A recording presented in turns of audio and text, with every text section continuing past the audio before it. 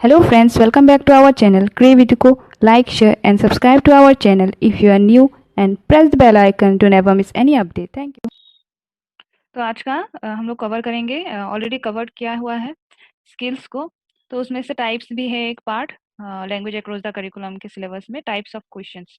तो आज उसी को हम लोग कवर करेंगे कि कितने टाइप्स के डिफरेंट डिफरेंट टाइप्स के क्वेश्चंस हो सकते हैं। तो ये क्यों जानना चाहिए टीचर को, ताकि they can use in the correct, जो भी करेक्ट सिचुएशन में है उसमें अच्छी तरह से यूज कर पाए। इसी वजह से क्वेश्चनिंग का टाइप्स जानना बहुत जरूरी होता है। Already we have learned in the previous class also कि कितने स्किल्स होते हैं। उसके अलावा भी हम लोग थोड़ा आज देख लेते हैं क्या क्या है। The first will come close versus open question. Close question and open question किस तरह का होता है? Close ended, open ended question. तो जैसे कि क्लोज एंडेड क्या होता है? क्लोज एंडेड इज समथिंग जो क्लोज क्लोज मतलब वर्ड से ही मालूम पड़ता है कि क्लोज है। फॉर एग्जाम्पल ये कैसे होते हैं? Close ended question, there is only one correct answer और the learner has to give, जैसे कि यस नो वाला क्वेश्चन तुम लोगों ने जब आता था स्कूल्स में, तो वो वाले क्वेश्चन कैसे हैं? ओनली एक रेस्पॉन्स होगा, या फिर यस होगा या फिर नो होगा, या फिर ट्रू होगा या फिर फॉल्स होगा। तो वो वाले क्वेश्चन कैसे हैं? They are close ended question. जैसे कि एक क्वेश्चन पूछ लिया तुमको, उसका रेस्पॉन्स तुम यस में दोगे या फिर नो में दोगे, तो वो तुम्हारे ऊपर डिपेंड है। And you can tick mark in the yes, no में भी टिक मार्क दे सकते हो on the basis of that question. तो इस तरह का क्वेश्चनिंग डिजाइन क्या है? That will come under close ended question. उसके बाद ओपन क्वेश्चन किस तरह का होता है? जैसे कि क्लोज एंडेड तो एक एक रेस्पॉन्स से एग्री, डिसएग्री, यस नो में डिपेंड करता है। उसी तरह ओपन एंडेड क्वेश्चन कैसा होता है? वेयर यू, जैसे कि क्वेश्चन जो तुम लोगों को एग्जामिनेशन में पूछा जाता है उसमें क्या देते हैं? यस नो नहीं देते हैं, या फिर यस नो भी अगर है तो उसके अलावा भी देयर आर डिफरेंट क्वेश्चन जो ओपन एंडेड, जैसे कि व्हाट डू यू थिंक, या फिर डिस्कस करो, डिस्क्राइब करो। तो ये क्या है? इस तरह का क्वेश्चन आ जाएगा open ended question. Open means enough chance देते हैं लर्नर्स को to generate the answer in a their own way. इसीलिए डिस्कशन एक्सप्लेनेशन वाला जो क्वेश्चन होते हैं, that all will come under open ended question, जो कि ओपन रेस्पॉन्स के लिए खुला ओपन कर देते हैं कि जो भी तुम सोचते हो, वट एवर यू हैव, जो भी व्यू पॉइंट है उसको तुम लिखो। तो that will come under open question. उसके बाद इस दोनों को भी देखते हैं नेक्स्ट स्लाइड में। जैसे कि convergent versus divergent question. Convergent question किस तरह का होता है? Convergent means it restrict the response to predetermined answer. Means कुछ, जैसे कि एग्जाम्पल में देती हूँ, according to the author what are the possible reasons that. जैसे कि पोएम, कुछ पोएम्स में क्या पूछा जाता है कि according to author, according to someone, according to this, according to that, in on the basis of that person you have to write the answer. तो ये हो गया कन्वर्जन। मीन्स वो रेस्ट्रिक्शन दे देता है। ओपन एंडेड में रेस्ट्रिक्शन नहीं है, कन्वर्जन में there is some kind of restriction जो तुमको प्री डिटरमाइंड आंसर देने में फोर्स करता है। तो convergent is something means according to उस इंसान की तरफ से तुमको लिखना पड़ेगा आंसर, ठीक है, उन्होंने क्या बोला था। उसी तरह डाइवर्जेंट क्या होता है? It allows a multitude of correct response. Different correct response देने के लिए क्या करता है?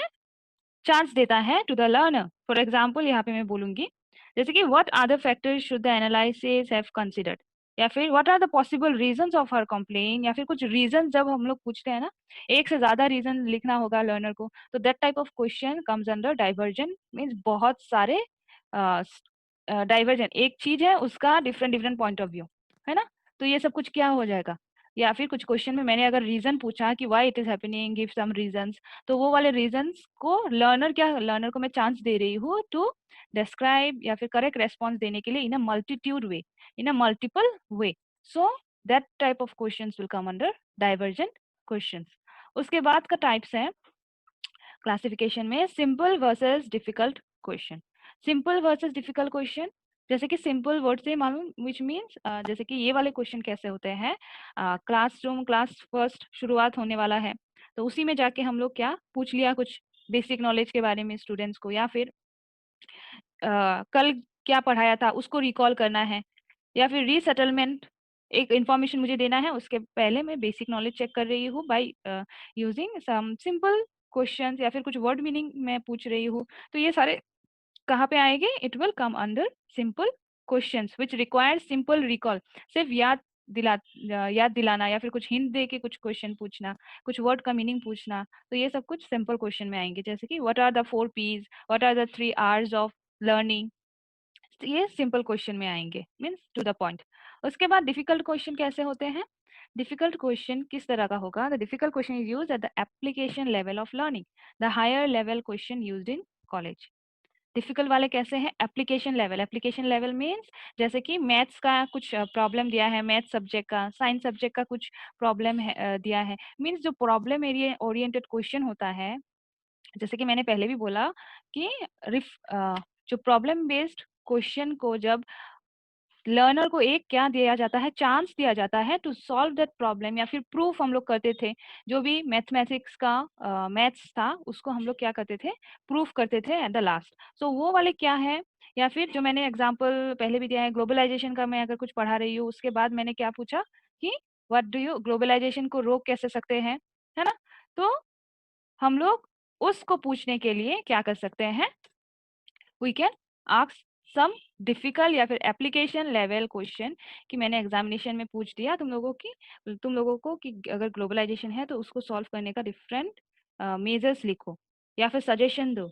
सो उसमें क्या करोगे तुम लोग, यू विल अप्लाई, या फिर तुम लोग थिंकिंग करोगे, डिफरेंट एप्लीकेशन लेवल में सोचोगे कौन सा अप्लाई होगा कौन सा अप्लाई नहीं होगा, या फिर कुछ एग्जाम्पल्स अगर मैं पूछूँ किसी चीज के बारे में, तो ये सब कुछ क्या है, इस ये इसको हम लोग हायर लेवल ऑफ क्वेश्चनिंग भी बोल सकते हैं, या फिर मास्टरी लेवल या फिर वेरियस कॉन्सेप्ट हम जान सकते हैं अकॉर्डिंग टू दिस। या फिर हम लोग जैसे कि आर्ग्यू वाले क्वेश्चन होते हैं, एक मैंने कोटेशन के अंदर दे दिया, है ना, कुछ चीज मैंने कोटेशन के अंदर लिख दिया, एक्सप्लेन दिस स्टेटमेंट, या फिर मैंने बोला कि आर्ग्यू दिस स्टेटमेंट, या फिर गिव सम डिफरेंट, जैसे कि क्या बोलूँ मैं, एग्जाम्पल्स, किस तरह से तुम उस कोटेशन को इवेलुएट करोगे, या फिर कुछ प्रेडिक्शन करोगे, किस तरह से इंटरफेस निकालोगे, तो that type of question will come under difficult question. ठीक है, उसके बाद चलते हैं, there are also some other types of question, जैसे कि फर्स्ट वन इज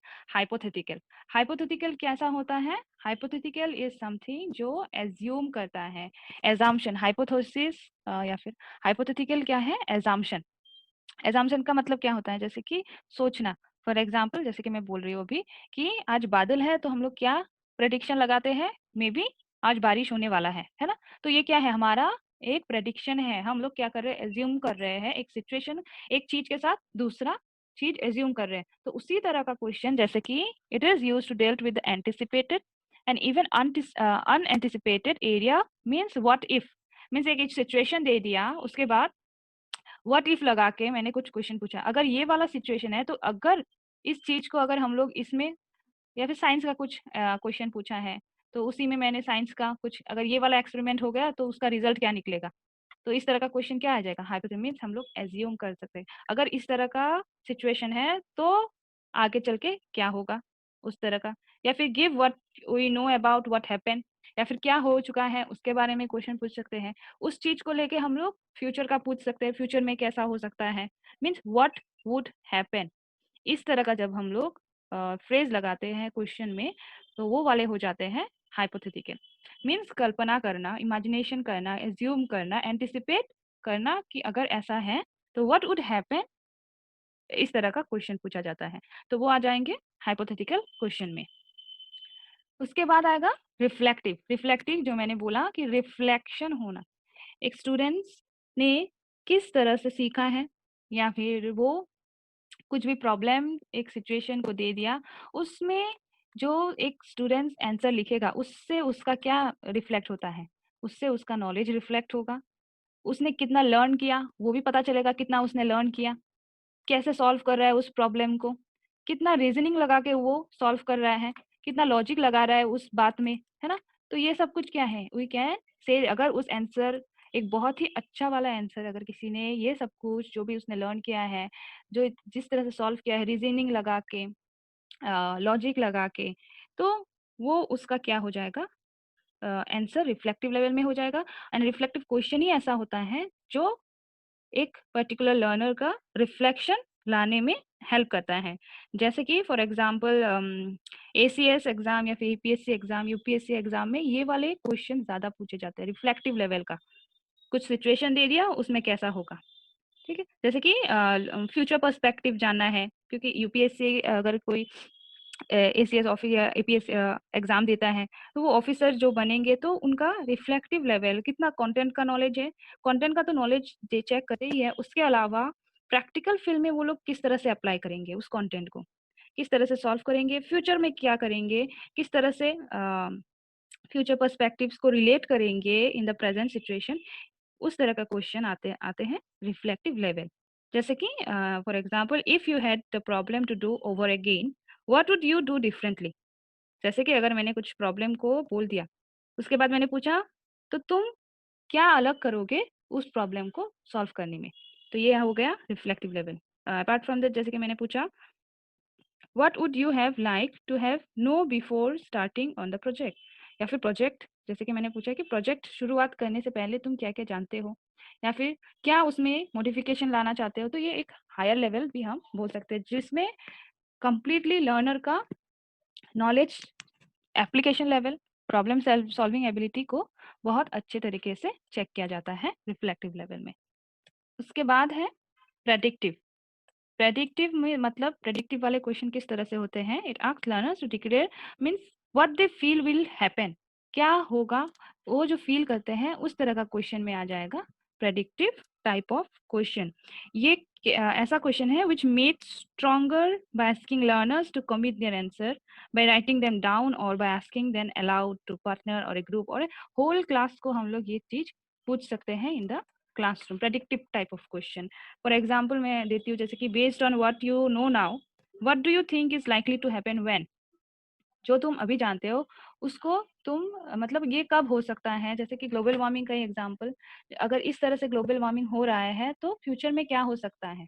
तो ये वाले क्या है, प्रेडिक्ट कर रहे हैं हम लोग, फ्यूचर के बारे में सोच रहे हैं कि अगर ऐसा सिचुएशन रहा तो फ्यूचर में क्या होगा, है ना।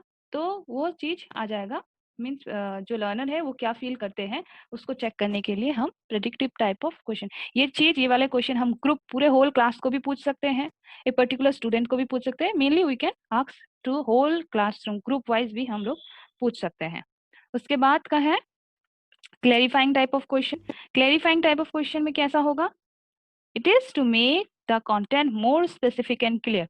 अगर मैं कुछ सिखा रही हूँ एज अ टीचर, तुम लोग कुछ सिखा रहे हो, तो क्लेरिफाइंग क्वेश्चन, जैसे कि बीच में जो इंटरेक्टिव सेशन में, जो इंटरेक्टिव लेवल में हम लोग जो मैं सिखा रही हूँ, उसमें अगर उससे बीच में से कुछ क्वेश्चन मैंने पूछ दिया, टू क्लेरिफाई उस चीज को मोर क्लेरिफाई, मोर स्पेसिफिक वे में समझने के लिए कंटेंट मैटर को जो मैं क्वेश्चन पूछूंगी वो हो जाएगा क्लेरिफाइंग क्वेश्चन, या फिर स्टूडेंट को जो मैं पूछूंगी, जैसे कि मैंने पूछा can you tell me a bit more about that, क्या तुम मुझे और कुछ बोल सकते हो उसके अलावा, जो भी आंसर अगर स्टूडेंट ने दिया है। या फिर what way the limitation, limitation अगर मैं कुछ पूछूं, तो मैंने क्या किया, एक कॉन्सेप्ट को समझाया, उसके बाद मैंने एक स्टूडेंट को खड़ा करके पूछा कि इसका लिमिटेशन क्या होगा, उसने जवाब दिया, उसके लिए ये सॉरी राइट और रॉन्ग जो भी आंसर दिया, अगर राइट दिया तो ठीक है, रॉन्ग दिया तो teacher can clarify it again. तो या फिर मैंने डिसएडवांटेज के बारे में पूछा, again I can clarify that concept. तो ये वाले क्वेश्चन आ जाएंगे क्लेरिफाइंग वाले क्वेश्चन में, एडवांटेज डिसएडवांटेज अगर कुछ पूछा, describe, how would you describe, इस तरह का। देन आ जाएगा एलाबोरेटिंग क्वेश्चन। एलाबोरेटिंग क्वेश्चन किस तरह से होता है, ऑलरेडी एग्जाम्स में आते हैं। elaborating question used to engage the learners by allowing them to expand the concept beyond what has been given. elaborate means कुछ भी मैं कोटेशन दे के भी elaborate करने को दे सकती हूँ, किसी चीज के बारे में कुछ प्रॉब्लम दे के भी मैं elaborate करने के लिए दे सकती हूँ। elaborate करना मतलब, elaborate वाले क्वेश्चन कैसे होते हैं, इट इज गिवन फ्री, जो लर्नर है उनको फ्री या फिर उनको एक चांस दिया जाता है to explain that matter in their own words. वो लोग क्या कर सकते हैं, उस चीज को वेरी प्रिसाइसली स्पेसिफिकली वो एलाबोरेट कर सकते हैं जो भी जानते हैं। जैसे कि मैंने कुछ भी पूछा, उसके बाद मैं एलाबोरेट करने के लिए लिख सकती हूँ। या फिर what would you add to the comment on the study of expand, या फिर जनरलाइजेशन, हाइपोथेसिस क्या होता है, इस तरह का मैं डिफरेंट एलाबोरेशन करने को, मेनली एलाबोरेशन वाले क्वेश्चन साइंस के एक्सपेरिमेंट में यूज होते हैं, या फिर एजुकेशन में अगर कुछ साइकोलॉजी का एक्सपेरिमेंट है, तो उसको मैं क्या बोल सकती हूँ? Elaborate the experiment. तो वो वाले हो जाएँगे एलाबोरेट में। उसके बाद है easy to hard. Easy to hard में कैसा होगा? From name only we came to know easy वाले क्वेश्चन कैसे होते हैं? It is used early in the process, focus on recall and understanding, जो मैंने पहले भी दिया था। ईज़ी वाले क्वेश्चन कैसे हैं? जो अर्ली प्रोसेस में यूज़ किया जाता है, क्लासरूम में घुसने से या फिर सिंपल के साथ रिलेट करता है। सिंपल वाले जैसे क्वेश्चन थे, उसी तरह ईज़ी वाले भी क्वेश्चन होंगे, जो कल क्या सिखाया था अगर मैं पूछूँगी, तो वो मैंने क्या कर लिया? रिकॉल कर लिया, तुम लोगों को क्या पता है, क्या नहीं पता है। तो डायरेक्ट कुछ अगर पूछना, what are the types of question, ये भी डायरेक्ट मैंने पूछा, तो ये इजी, जिसको पता है तो वो इजी होगा। किसी वर्ड का मीनिंग, अंडरस्टैंडिंग चेक करना, समझे हो कि नहीं, जैसे कि मैंने लास्ट में पूछती हूँ ना, आई होप तुम लोगों को समझ में आया होगा। कुछ है तो पूछो, कुछ कंफ्यूजन है तो पूछो। क्लासरूम में जो पूछती हूँ वो क्या है? Easy type of means to know कि स्टूडेंट को समझ में आया कि नहीं। अगेन फोकस करना, अगर कुछ मैं सिखा रही हूँ उसके बीच में फोकस करना, रिकॉल करना, ठीक है मैंने थोड़ी देर पहले क्या बोला था उसका आंसर अगर जब मैं क्वेश्चन पूछूंगी तो वो भी इजी में आ जाएगा। अभी हार्ड वाले क्वेश्चन कैसे होते हैं? हार्ड ये वाले होते हैं end of the process, means focus on the ability to analyze performance and synthesize which with other concept and techniques will come under hard question. तो ये वाले क्वेश्चन हैं जो क्या करते हैं, स्टूडेंट्स का एनालाइज करते हैं कि उनको समझ में आया है कि नहीं। जब मैं कुछ क्वेश्चन पूछ के ये देखने की कोशिश करूंगी, इन अ डिफरेंट वे में पूछूंगी, जैसे कि मैं डायरेक्ट नहीं पूछूंगी कि इजी वे में नहीं पूछूंगी व्हाट आर द टाइप्स, उसी चीज को मैं अगर डिफरेंट वे में एनालाइज करूंगी, डिफरेंट वे में पूछूंगी, तो चेक क्रॉस चेक करने के लिए कि तुमको इजी वे में या फिर तुमको समझ में आया कि नहीं, तो वो हो जाएगा हार्ड क्वेश्चन में। Means how to analyze the performance, analyze कर सकती हूँ, उसके अलावा सिंथेसाइज कर सकती हूँ, सिमिलरिटीज जानने के लिए तुम लोगों को समझ में आया कि नहीं, कॉन्सेप्ट को समझ में आया कि नहीं, टेक्निक्स को समझ में आया कि नहीं, उस तरह का क्वेश्चन। जैसे कि how does increase speed influence the engagement of, how how use करके मैं अगर कुछ क्वेश्चन पूछूंगी, या फिर what was the main factors of this, अगर किसी चीज का फैक्टर्स, तो ये सब कुछ क्या है, मैंने कॉन्सेप्ट सिखा दिया, उसके बाद में फैक्टर्स पूछ रही हूँ। तो ये हार्ड वाले क्वेश्चन होंगे, जिससे कि पता चलेगा कि तुम लोगों को समझ में आया कि नहीं, to performance, to analyze the performance, concept and techniques. तो ये आ जाएंगे हार्ड वाले क्वेश्चन। मेनली हार्ड वाले क्वेश्चन एंड में, क्लासरूम के एंड में, क्लास जब खत्म होने वाला है उसी टाइम, जो एंड लेवल में है, उसी टाइम इस तरह का क्वेश्चन पूछा जाता है। उसके बाद लास्ट है summarizing type of question. Summarizing type of question कैसा होगा? समराइजेशन मीन्स जैसे कि मैंने एक लेसन कंप्लीट किया, उस चीज को किस तरह से समराइज करेंगे, या फिर अगर मैं पूछूंगी कि आज के लेसन से क्या सीखा हम लोगों ने, उस चीज के बारे में मैं अगर क्वेश्चन पूछूंगी, तो वो हो जाएगा summarization question. Means it is also asked at the end of the lesson, और एक सेक्शन को पढ़ाने के बाद पूछा जाता है एंड में। और it can be used as ending group activity also. हाँ, जैसे कि एक क्लासरूम में क्या होता है, कुछ भी टॉपिक के बारे में सिखाया, उसको एंड करने के लिए वी डू समराइजेशन। ठीक है, जैसे कि मैंने डायरेक्शन दे दिया कि okay you tell me, first आके मैंने क्या सिखाया है, फर्स्ट हम लोगों ने क्या क्या सीखा है आज, तो उसका आंसर मिलेगा। तो ये क्या मैं क्या कर रही हूँ, मैं एक समराइज कर रही हूँ आज जो भी सीखा है। या फिर समराइजेशन पोएम, अगर कोई इंग्लिश सब्जेक्ट में पोएम सिखा रहा है तो उस टाइम भी समराइजेशन किया जा सकता है ना। तो ये सब कुछ क्वेश्चन, वो वाले क्वेश्चन आ जाएंगे समराइजेशन। या फिर एक मैंने कॉन्टेक्स्ट में बोला है कि based on this experience what are the important factors, तो मैंने क्या किया, समराइज कर दिया। तो to end a particular chapter, to end a particular poem या फिर प्रोज जो भी है, we use we have to use summarizing question. ठीक है, आई होप यहाँ तक समझ में आया होगा।